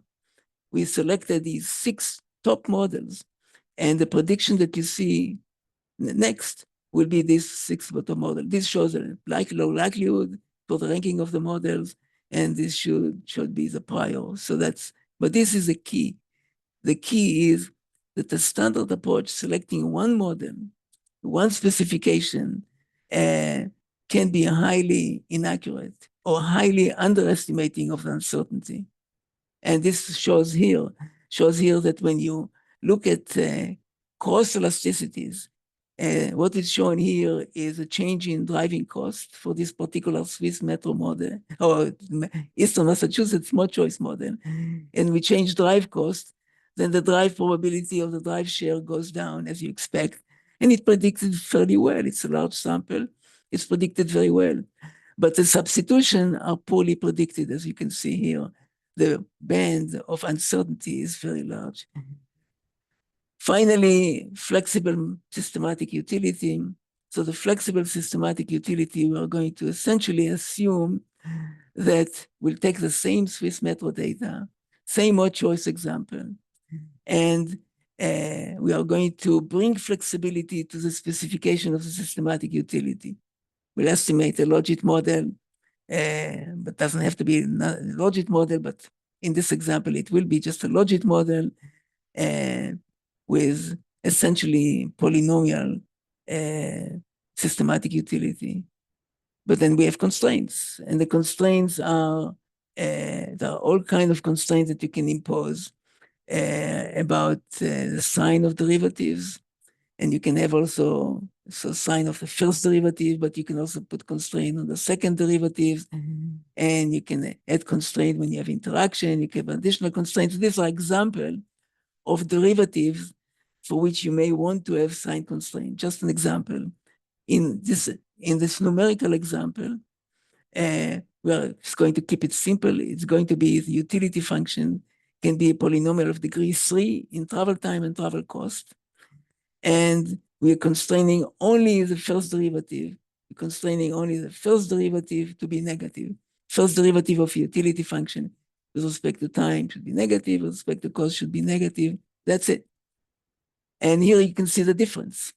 You can see the difference between a constrained and an unconstrained estimator. So this is the car utility. So if the car utility is a polynomial and it's unconstrained, it's counterintuitive. It cannot be used. You can look at this, the top one. But you impose a constraint, you get a well-behaved utility function. And so the constraint, in this case, it's like the parabola kind of idea that I showed you before. So it's very simple to do. This is a Swiss metro utility. Again, without constraint, you cannot use the model. It fits maybe better. So that's the question to ask, how really much better does it fit? And this is a train utility function. Again, without a constraint, it's counterintuitive. So the question is, why do we have, this is the NSP data. You can spread the choices, the scenario, the choice experiment well, and capture all kinds of situations. Why does the polynomial poorly behave? You see, it's always at the edges. It's always at the edges where it is misbehaving. And then if you plot the data, you think that even in SP data, whether it is big data or standard survey data, you always have thin regions. And in the thin regions, if you don't impose constraint, you get counterintuitive effects. And these thin regions are, of course, of interest. And just for showing here, it's like we testing the constraint, and can we accept the constraint? And the answer is, of course, yes. And if you can say, well, let's put the opposite constraint, let's constrain it to be positively guiding, and this is rejected with p-value of equal to 0. So theory wins. So this is basically the 3 examples that I mentioned. During these 3 examples, I showed you where I think is sort of the future of this approach, which is a Bayesian estimation. And my key conclusion is that machine learning are wonderful, but they are data-driven primarily. And therefore, there is a problem for analysis.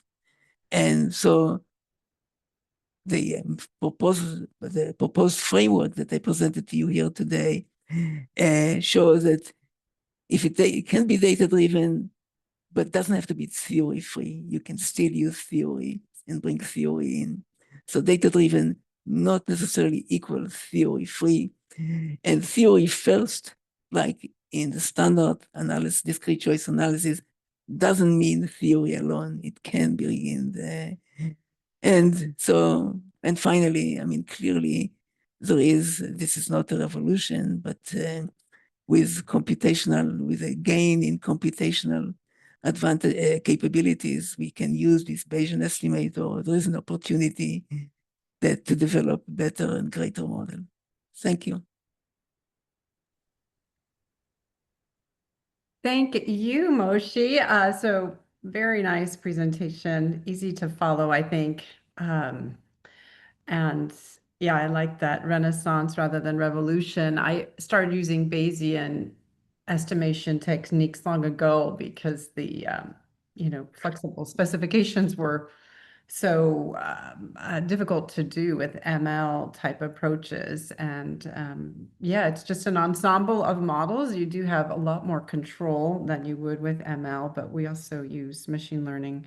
And then I think JP Huddleston was saying in the chat box with Cynthia Chen, that you just apply the model again and again to see what the substitution and other patterns might be. So I think Kantaro, I will probably shift to the view of me and the speaker here, and I'll bring you some of the questions. Cynthia asked early on, how will this, let's see, get back to my notes here. How will this nonlinear or sophisticated model fit with thick data? So we're fitting with the thick data. How will that affect generalizability for maybe other settings or newer data sets? I mean, thick data is better, big data is better, more data is better, and generalizability testing is always useful, critical. I don't know. I mean, I can just agree that the problem that I was alluding to, and then sort of demonstrating in these examples, is that the problem is that data has thin areas. So even thick data can, like SP data, can have region that are of interest in which the data is thin, with limited data, not so much thin in terms of lacking variables, but thin in terms of lacking data, lacking observations. And that's why theory is necessary. If we had perfect data thick everywhere, you know, then yeah, maybe theory constraints are not necessary, but they are always necessary in my experience. So what we do is just we make it systematic. Right. And I was wondering, have you tested some of these estimation techniques with data that are not synthetic data that are not RUM based? So maybe lexicographic preferences. And do they do pretty well even if you throw a nested logit, a constrained nested logit at it with the ML techniques? I mean, the only test that we've done in this context of what's presented here today was to see whether it was using synthetic data, whether, like if we have a particular structure of the model, like particular nesting structure as an example, that the method can discover the correct, the structure that was used to generate the data. So it's a Monte Carlo study. But we did not do a Monte Carlo study where we say, you know, the behavior was all kind of different, follow not any kind of trade-off or utility maximization, but different kind of behavior. And, you know, when you're estimating a different model. So we haven't looked at robustness of a model with respect to different behavior, no. Got it. Got it. Yeah, I think, she was also asking about, trying to get away from the RUM constraints. But, I think ensembles are very valuable. And I was wondering, when you have these top 6 models, let's say, do you think there's a possibility that they may be signaling the latent preference classes among the respondents in that data set, or anything else that we could intuit there? I'm not sure I understand the question, but first I'm going to react to the so-called RAM constraint as if it is something very bad that, like we are constraining. What is a RAM constraint? The RAM constraint is to say the demand model has to be downward sloping, the things like that, that willingness to pay should be maybe increasing with income. That's what this is. These are common sense constraints, and that you require from your prediction. And it works when you use a random utility, when you have a utility model and have the utility satisfy some specific requirement so that we get the correct sign, that we can get acceptable prediction. So this was maybe the previous question. I mean, so can you ask the question again? Well, maybe a discontinuous model. And Kantaro, you can unmute Cynthia Chen there for us if you like. Cynthia, are you still here?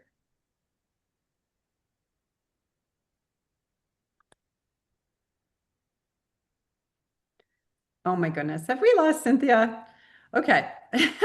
Well, Yi-Chen's son was wondering, how do we address extrapolation problems when there's no data to drive the model maybe into those regions, and at the same time no domain knowledge because we actually don't know anything other than the fact that there's a negative willingness to pay. So how do we know if the prediction out of the sample would be a good one or be the truth? So I don't know if you have a response to that. No, the truth is totally is unknown, of course, and but what we have some sort of conditions that would make our predictions acceptable or credible, and so that's the only thing that you can specify as constraints. I mean, there is no such constraint that's saying I need to be constrained to the truth. I mean, that's of course non-existent. So basically, what I'm saying is, we know, whether we call it theory or we call it common sense, we know that some predictions will be counterintuitive. To predict that people want to pay more, or the people don't care about travel time, is unusable. A model that predicts that people don't care about travel time, it may be people don't necessarily always minimize travel time. We worked on an example where, like when people look at connecting flight, where they don't necessarily want to minimize travel time. So the effect of travel time is not monotonic. It's possible. So there is a situation where it's not monotonic. But if the sign is positive, it's just unacceptable. Right, right. Yeah, no, I would agree, even with lexicographic or something, but there might be, some discrete jumps there between different behaviors that's really helpful. Rebecca at the Ohio Department of Transportation was asking if you have any recommendations on the minimum number of respondents or samples for each alternative when using the machine learning approach in model estimation. I'm not using the machine learning approach, and I don't have a recommendation. Sorry, but I think the approach that we are using is, the title of my lecture is Discrete Choice Enhanced with Machine Learning Capabilities. So in other words, machine learning approach, off-the-shelf machine learning approach, do not account for theoretical constraints. So pure machine learning approach are excellent for analyzing sensor data, but they are not good for analysis. Therefore, I had a slide about analysis. If you are doing analysis, off-the-shelf machine learning does not work, because there are always thin region in any data, no matter how big is your sample. So again, I emphasize that in my title, I started with machine learning capability. Maybe I should, even my title, to catch attention, I use the word machine learning, of course. But I could have said with data-driven capability. So we are trying to use a theory-based approach to add to it data-driven capabilities that are so attractive in the machine learning algorithm. But I'm not using machine learning algorithms. We are essentially using the technique, for example, that we are doing kind of research on right now, is to use this method called RJMCMC. More about that you can find by going to the internet and search for RJMCMC. The standard, already well-documented MCMC approach to estimate logic mixture model. This is an extension. Fantastic. Yeah. And this reminds me of, this sort of continuum of classic to other models. So everything is AI, you guys, as you can see in the news and everything. Moshe, thank you so much for taking the time. We'd love to have you take a look at the chat box as we head into the next session.